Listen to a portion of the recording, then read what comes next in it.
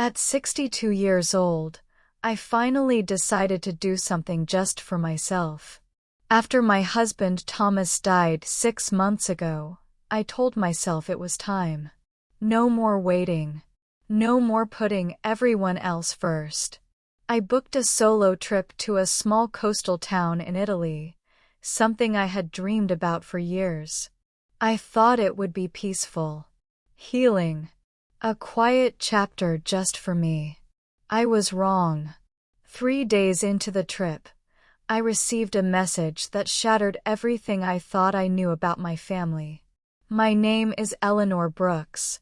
I am 62 years old, and this is my true story.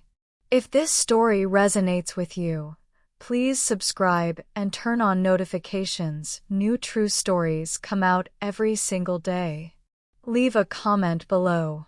What happened next didn't just change my life. It changed my entire family forever. For most of my adult life, I had put everyone else before myself. I raised my son Lucas, supported my husband Thomas through his long illness, and always made sure the people I loved came first.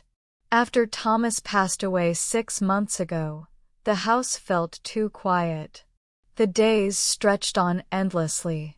For the first time in decades, I had no one who needed me every single minute. At first, I didn't know what to do with that freedom. Then one evening, while looking through old travel magazines I had saved for years, I made a decision. I was going to take the trip I had always dreamed of alone. No family, no friends, just me, a small suitcase, and 2 weeks in a little town on the Italian coast called Positano. Lucas wasn't happy about it. "Mom, you're 62. What if something happens? Who's going to help you?" he asked when I told him. His wife Lindsay tried to talk me out of it too. She said it was too dangerous for a woman my age to travel alone. But something inside me had finally woken up. I needed this. I needed to prove to myself that I could still live. I booked the flight, the small hotel overlooking the sea, and even signed up for a few cooking classes. For the first time in years, I felt excited. Nervous, but excited. The morning I left, Lucas drove me to the airport. He hugged me tightly and made me promise to call every day. Lindsay sent me a long text telling me to be careful. I smiled, turned off my phone once I was on the plane, and allowed myself to feel something I hadn't felt in a very long time: free. The first 2 days in Italy were perfect. The sea was beautiful, the food was incredible, and for the first time in months I wasn't thinking about grief or family responsibilities. I was just Eleanor. On the 3rd morning, everything changed. I was sitting on the hotel balcony drinking coffee when my phone lit up with a message from an unknown number. The message was short, but it made my blood run cold. "Eleanor, this is about your husband Thomas. There's something you need to know. Call me immediately." I stared at the screen for a long time. I had no idea that this single message was about to unravel every secret my family had been hiding from me for years. And that the trip I took to find peace would end up destroying everything I thought I knew about the people I loved most. I stared at the message for what felt like forever. The number was unknown. No name. Just those few cold words: "Eleanor, this is about your husband Thomas. There's something you need to know. Call me immediately." My first instinct was to delete it. It had to be spam. A scam. Some cruel joke. But something in my stomach told me it wasn't. I put the phone down and tried to enjoy the rest of my morning. I walked along the cliff path, had lunch at a small cafe overlooking the sea, and even took a few photos to send to Lucas. But the message kept pulling at me like a loose thread. By late afternoon, I couldn't take it anymore. I sat on the balcony of my hotel room, the sea sparkling below me, and dialed the number with shaking fingers. It rang only twice before a woman answered. "Eleanor," she said, as if she had been waiting for my call. "Yes," I replied, my voice barely above a whisper. "Who is this?" There was a long pause. "My name is Sophia," she said. "I live in Chicago. I've been trying to reach you for weeks. I didn't want to do this over text, but you left me no choice." I felt my heart start to race. "What is this about?" I asked. She took a deep breath. "Thomas wasn't who you thought he was," she said quietly. "He had another life. A life he kept hidden from you for many years." The words hit me like a physical blow. I sat there in the golden Italian sunlight, the most beautiful view in the world spread out in front of me, and felt the ground disappear beneath my feet. Sophia continued speaking, but her voice sounded far away. She told me she had proof. Documents. Photos. Bank records. She said she could send them to me right now if I wanted. I told her I needed time to think. I hung up the phone and sat completely still for almost an hour. Everything I had believed about my marriage, about my husband, about the last 35 years of my life suddenly felt like it was made of glass. That evening I didn't eat. I didn't sleep. I just kept staring at the message on my phone. I thought this trip was supposed to be about finding peace. Instead, it was becoming the moment my entire world began to crack open. And I had no idea how much more was still hidden from me. I didn't sleep that night. The next morning I sat on the balcony, the sea still sparkling like nothing had changed, and called Sophia back. This time I was ready. "Tell me everything," I said. Sophia didn't hesitate. "Thomas and I met 38 years ago," she began. "I was 22. He was already married to you. We fell in love. I got pregnant. He begged me to keep it a secret. He said he would never leave you, but he promised to take care of us." My stomach dropped. "He had a daughter with you?" I whispered. "Yes," Sophia said quietly. "Her name is Claire. She's 37 now. She lives in Seattle. She's married and has 2 children of her own. Your grandchildren, Eleanor." I couldn't speak. Sophia continued, her voice steady but kind. "Thomas paid for everything, her education, her wedding, even the down payment on her house. He visited her every few months, always telling you he was on business trips. He made me swear never to contact you. He said you were a good woman and didn't deserve to be hurt." The words hit me like a physical blow. All those years. All those business trips. All those nights he came home tired and distant. I had thought he was just stressed from work. Sophia sent me photos right then. I opened them with trembling fingers. There was Thomas, younger, smiling, holding a little girl with my husband's eyes. There was Thomas at Claire's high school graduation. There was Thomas at her wedding, standing beside her like a proud father, while I was back home thinking he was at a conference in Denver.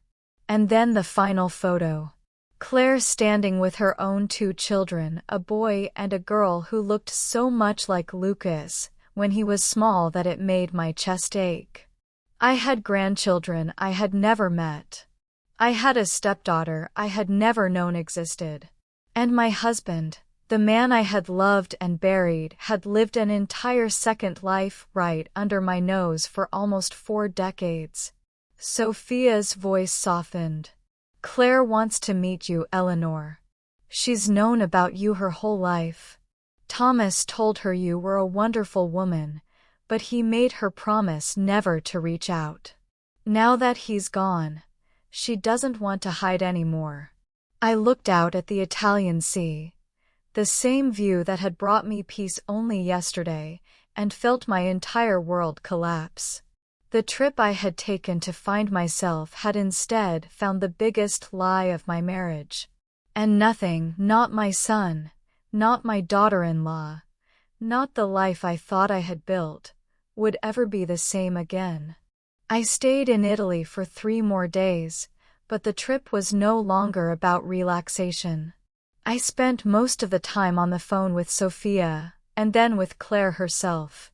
Hearing her voice for the first time felt surreal. She sounded warm, nervous, and strangely familiar. She told me she had wanted to reach out for years, but respected her father's wishes. Now that he was gone, she didn't want to hide anymore. We agreed to meet when I returned home. When I finally landed back in the States, Lucas was waiting for me at the airport. He looked relieved to see me.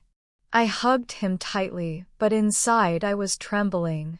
I knew I couldn't keep this from him. That evening, after Lindsay had gone to bed, I sat Lucas down at the kitchen table and told him everything. I showed him the photos Sophia had sent me. I watched his face change from confusion to shock to anger. "Dad had another daughter," he whispered. He was quiet for a long time. Then he asked the question I had been dreading. "Do I have a sister?" "Yes," I said softly. "Her name is Claire. She's 37. She has 2 children." Lucas didn't cry. He just stared at the table. For the first time in his adult life, I saw my son look truly lost. The next few weeks were a blur of difficult conversations. I met Claire in a quiet cafe halfway between our cities. She looked so much like Thomas that it took my breath away. We talked for hours. She showed me pictures of her life, of the father she had known in secret. I told her about the man I had been married to for 35 years. It was painful. It was also healing. I decided not to hide anything from Lucas and Lindsay. I invited Claire and her family to our house for a quiet dinner. It was awkward and emotional, but it was honest. For the first time in decades, the secrets were out in the open. I didn't try to force a relationship. I simply opened the door. And slowly, the family I thought I had lost began to feel a little larger. I am still 62 years old. I still live in the same house. I still drink my tea on the porch swing every morning. But I am no longer the same woman who left for Italy hoping for a quiet escape. That trip gave me something far more powerful than peace. It gave me the truth. I now have a stepdaughter named Claire. She has 2 children who call me Grandma Eleanor. We talk almost every week. Our conversations are still careful and a little awkward, but they are real. Lucas is slowly getting used to the idea that he has a sister.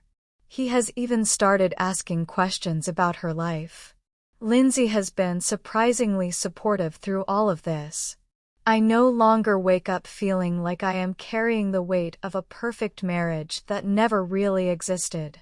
I have accepted that Thomas lived 2 lives. I have accepted that I will never know every secret he kept. And most importantly, I have accepted that none of that changes who I am today. I am learning to live with the broken pieces and to cherish the parts that were true. I am no longer just Thomas's widow. I am no longer just Lucas's mother. I am Eleanor, a woman who, at 62, found the courage to face the hardest truths of her life and still choose to keep moving forward. And that feels like the most powerful transformation of all. Life did not return to what it was before that trip to Italy. It became something different, something more honest and more complete. I learned that the people we love most can still hide entire worlds from us. And sometimes the greatest act of love we can give ourselves is the courage to face those hidden truths. For 35 years, I believed I knew my husband completely. I believed I was the only woman in his life. I believed our family was exactly what it appeared to be. That single trip shattered every one of those beliefs. The pain was real. The betrayal cut deep. But the freedom that came after was even deeper. I no longer define myself only as Thomas's widow or Lucas's mother. I am learning to define myself simply as Eleanor, a woman who, at 62, still has the strength to rewrite the final chapter of her story. Some truths arrive too late. But even late truths can set you free. I have a stepdaughter now. I have 2 grandchildren I never knew existed. Our relationship is new and careful, but it is real. And that feels like a gift I never expected to receive. This was my true story. If you're watching right now and you've ever discovered that the life you thought you knew was built on secrets, if you've ever been afraid to look too closely at the people you loved most, if you've ever wondered what you would do if your entire past suddenly looked different, you are not alone. Leave a comment below and tell me, would you want to know the truth, even if it meant losing the life you thought you had? If this story moved you, please subscribe and turn on notifications. New true stories come out every single day. Thank you for listening to my truth. I'm Eleanor, and this is her true story.